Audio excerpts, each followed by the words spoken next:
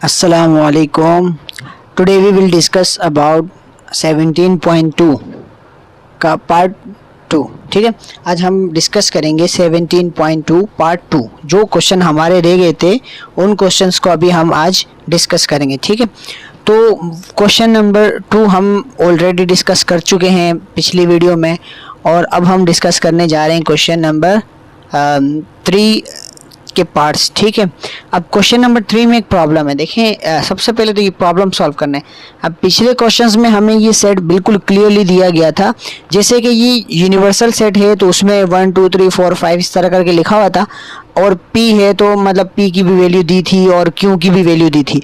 लेकिन यहाँ पे एक प्रॉब्लम है. देखो वो कहते हैं कि यूनिवर्सल सेट में x आ रहे हैं, x की भी कुछ भी वैल्यू हो सकती है. ठीक है, x एक वेरिएबल है. फिर कहते हैं कि x बिलोंग्स टू z. ये x जो है वो बिलोंग करता है z. z मीन्स कि इंटीजर्स से. ठीक है, z इंटीजर्स कौन से होते हैं ये भी हम डिस्कस करते हैं. ठीक है, तो देखो z का मतलब z ये सिंबल है इंटीजर्स का.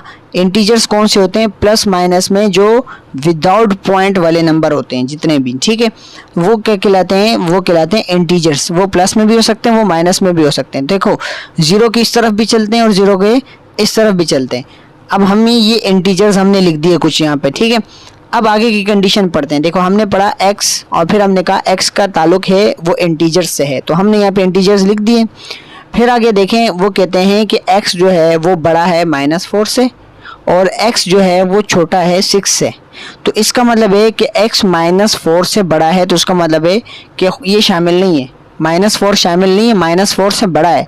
तो -4 से आगे जो बड़े नंबर हैं. ठीक है, तो हमने 3 लिया, 2 लिया, 1 लिया, 0 लिया. फिर आगे कहाँ तक जाना है फिर वो उन्होंने यहाँ लिखा हुआ है कि भाई आपने 6 से छोटे तक नंबर लेने. मीन्स कि x जो है वो 6 से छोटा है, तो 6 से छोटे यहाँ तक. 6 शामिल नहीं है, 6 से छोटे की बात हो रही है तो 6 शामिल नहीं होगा. ठीक है, तो हमने देखो यहाँ तक ये नंबर्स ले लिए. यहाँ से लेकर ये जो आपको येलो कलर में दिख रहे हैं ना, ये सारे नंबर्स हमने सेलेक्ट कर लिए इस कंडीशन के मुताबिक. ठीक है, -4 से बड़े नंबर्स और फिर आगे कहते हैं 6 से छोटे नंबर्स. तो ये यहाँ बाउंड्री बनती है ये वाली. ठीक है, अब हम इसी को सेट में लिखते तो हमारे पास यूनिवर्सल सेट कुछ यूँ बन जाता है इससे मिला के. ठीक है, अब हम देखते हैं दूसरा पॉइंट P. एक सेट हमें P के नाम से दिया है, तो फिर कह रहे हैं P वो है P जो है बिलोंग करता है E से. E का मतलब होता है इवन नंबर्स. E का मतलब होता है E is a symbol of even numbers. ठीक है, अब उसमें भी यही कंडीशन, सेम कंडीशन दी है. ठीक है, लेकिन इसका आंसर अलग आएगा क्योंकि इसका जो ये नंबर इसके होंगे ना, ये अलग होंगे क्योंकि यहाँ पर इंटीजर्स हैं. तो 1 2 3 4 सारे शामिल है, माइनस वाले भी शामिल है. ठीक है, इसमें जो है ना, इसमें माइनस वाले भी शामिल होंगे, लेकिन इसमें ये मसला होगा कि इसमें 2 4 6 8 इस तरह करके इवन नंबर्स होंगे सिर्फ. ठीक है, तो हम आगे बढ़ते हैं. देखें यहाँ पर हमने शुरू किया -4 से. पहले तो हमने बनाया सेट वगैरह. ठीक है, देखें तो -0 से शुरू है तो 2 4 6 8 10. ठीक है, इस तरफ भी 2 4 6 8 10, ये 9 ऐसी आया हुए. ठीक है, बाय मिस्टेक ये 9 नहीं है इसमें शामिल. ठीक है, लेकिन अभी हमारा आंसर यहाँ से यहाँ तक है तो इससे कोई फ़र्क नहीं पड़ेगा. ठीक है, अच्छा अब हमने क्या किया कि हमने इस दूसरी कंडीशन को देखा. पहले कंडीशन देख के हमने ये सारा बनाया, फिर हमने दूसरी कंडीशन देखी. कह रहे -4 से बड़े नंबर, तो -4 से बड़े नंबर -2 है, -0 है, इस तरह सो ऑन. लेकिन फिर अगली कंडीशन में कहाँ स्टॉप करना है, तो उसने लिखा हुआ है 6 से छोटे नंबर. तो 6 से छोटे नंबर मतलब ये 4 तक होना चाहिए. ठीक है, इसके आगे देखें तो ये हमारा ये सेट बन जाता है. फिर हमारा Q सेट क्या है? देखो Q कैसे बनाना है. Q को देखें तो Q बिलोंग्स टू P. यहाँ पे ये वाला P नहीं है. ठीक है, इस P का मतलब होता है प्राइम नंबर्स. अच्छा, प्राइम नंबर्स में नेगेटिव पॉजिटिव वाला सीन नहीं होता, बस ये प्राइम नंबर्स में पॉजिटिव में ही हमेशा लिए जाते हैं. ठीक है, अब प्राइम नंबर्स कौन से नंबर होते हैं? प्राइम नंबर वो नंबर होते हैं जो सिर्फ अपने टेबल में आते हैं, किसी और टेबल में नहीं आते. तो हमने प्राइम नंबर्स लिए यहाँ से. तो प्राइम नंबर्स देखें तो वो कह रहे हैं कंडीशन में कि 6 से छोटे नंबर्स. अब प्राइम नंबर शुरू ही तो 2 से होते हैं, 1 से नहीं होते हैं. ठीक है, 0 से भी नहीं होते. 2 3 5 7 9 11 13 16 17. तो कह रहे हैं कि 6 से छोटे प्राइम नंबर्स. तो 6 से छोटे प्राइम नंबर्स कौन से? 5 है, 3 है और 2 है, तो ये हमने सेलेक्ट कर लिए हैं, ठीक है। अब जब हमने ये सेलेक्ट किए तो हमारे पास ये वाला सेट जो है ये कुछ यूँ बन जाता है कि Q is equal to 2, 3 and 5। अब इन्हीं सेट्स को हम यूज़ करेंगे। ये अब हम भूल जाएंगे ये क्या लिखा हुआ था। अब हम ये U यूनियन की जगह ये लिख देंगे, P की जगह ये लिख देंगे और Q की जगह ये लिख देंगे, ठीक है। देखो हमने वो वाले सेट यहाँ पे लिख दिए हैं। अब हमें प्रूव करना है कि P माइनस Q बराबर है P complement intersection Q complement. अब हम एक साइड लेके सॉल्व करेंगे, उसका आंसर निकालेंगे, फिर दूसरा साइड लेके सॉल्व करेंगे, उनका आंसर निकालेंगे, देखेंगे कि दोनों बराबर आ रहे हैं, तो इसका मतलब ये प्रूव हो जाएगा, ठीक है। तो हम क्या कह रहे हैं, लेफ्ट हैंड साइड पे ले रहे हैं ये वाला साइड, ठीक है। तो लेफ्ट हैंड साइड में क्या कह रहे हैं कि P माइनस Q, तो हमने पहले P की वैल्यू लिख दी, फिर माइनस, फिर ये।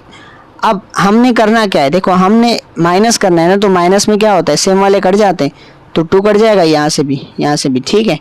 और 3 नहीं, और कुछ नहीं कट रहा, तो हमारे पास आंसर आएगा -2, 0 और 4। इस वाले सेट का तो हम नहीं लिखते हैं, ठीक है। अब हमने ये आंसर निकाल दिया यहाँ से। अब हम बढ़ते हैं राइट हैंड साइड। देखो ये वाला साइड सॉल्व हो गया, इसमें कुछ नहीं है और। अब हम राइट साइड की तरफ चलते हैं। राइट साइड में देखो P का कॉम्प्लीमेंट पहले निकालो, फिर Q का कॉम्प्लीमेंट निकालो, फिर दोनों का इंटरसेक्शन लेना है, ठीक है। तो हमने क्या किया, सबसे पहले हमने Q का ही कॉम्प्लीमेंट ले लो, मसला नहीं है, पहले इसका लो, इसका दोनों का मसला नहीं है, ठीक है। तो हमने पहले Q का कॉम्प्लीमेंट लिया। Q का कॉम्प्लीमेंट कैसे लेंगे कि Q को यूनिवर्सल में से माइनस कर देंगे। ये हम पिछली वीडियो में सीख चुके हैं कि कॉम्प्लीमेंट कैसे निकालते हैं, ठीक है।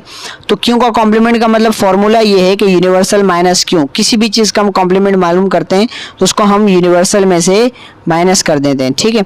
अब हमने Q का कॉम्प्लीमेंट मालूम करना है, तो Q complement equals to universal की जगह यूनिवर्सल वाला ये सेट आ गया, ठीक है, और फिर माइनस, और फिर Q की जगह पर Q का सेट आ गया ये वाला, ठीक है, 3, 2, 5।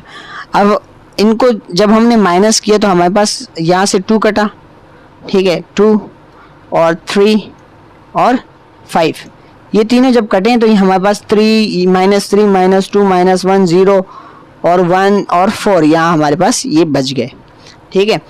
अब हमने P इंटरसेक्शन Q डैश मालूम करना है। देखें इसमें एक प्रॉब्लम है, ये है Q इंटरसेक्शन, इस पे डैश नहीं है, ठीक है, P वाले पे डैश नहीं है, सिर्फ Q वाले पे डैश है, ठीक। तो हमने क्या किया, Q डैश तो हम निकाल चुके हैं, ठीक है। अब P पे डैश नहीं है, सही है, हमने P ओरिजिनल वाला लेना है। P ओरिजिनल हमने लिया, इंटरसेक्शन Q डैश आ गया, ठीक है। अब हमने दोनों का इंटरसेक्शन ले लिया, P ओरिजिनल वाला आ गया, ठीक है, ये ओरिजिनल वाला, और इंटरसेक्शन फिर हमने ये Q डैश ये वाला ले लिया, ठीक है। Q डैश मीन्स कि ये वाला Q, ठीक है। अब हम क्या करते हैं, P इंटरसेक्शन Q डैश निकाल रहे हैं। तो P इंटरसेक्शन Q डैश, जब इंटरसेक्शन निकालेंगे, इंटरसेक्शन मीन सेम लिखते हैं, तो यहाँ पे सेम कौन सा है, -2 यहाँ भी है, -2 यहाँ भी है, सेम है, फिर 0 यहाँ भी है और 0 यहाँ भी है। अब 2 जो है यहाँ भी नहीं है, यहाँ है लेकिन यहाँ नहीं है तो नहीं लिख सकते, 4 यहाँ भी है और 4 यहाँ भी है, तो 4 भी हमने लिख दिया, ठीक है। तो ये हमारे पास इसका आंसर आ गया। अब देखें ये और ये दोनों सेम है, ठीक है, दोनों सेम है, तो इसका मतलब है कि क्या हुआ, ये आंसर हमारा, हमने कह दिया कि right hand side is equal to left hand side, और इसका मतलब है कि ये क्या हुआ, ये हुआ प्रूव्ड, ठीक है। अब हम अगले क्वेश्चन की तरफ चलते हैं। अगले क्वेश्चन, इस देखो पिछले क्वेश्चन में Q पर कॉम्प्लीमेंट था और इस क्वेश्चन में P पर कॉम्प्लीमेंट है, बाकी दोनों सवाल तकरीबन सेम है। उसमें P माइनस Q था, इसमें Q माइनस P है, ठीक है। तो हमने सबसे पहले Q माइनस P मालूम किया और माइनस करके सेम वाले काट दिए, और इसमें जो बचेगा वो हम लिख देंगे, ठीक है, नीचे। तो 2 से 2 कट गया हमारे पास यहाँ पे, ठीक है। देखिए ये 2 और ये 2 आपस में क्या हो गए, कैंसिल आउट, तो हमारे पास बचा यहाँ से 3 और 5। पहले वाले सेट का लिखते हैं माइनस में, दूसरे वाले सेट से जो बचता है वो नहीं लिखते हैं, ठीक है। हमने लेफ्ट हैंड साइड को तो सॉल्व कर दिया, ठीक है। अब हम राइट हैंड साइड को सॉल्व कर रहे हैं।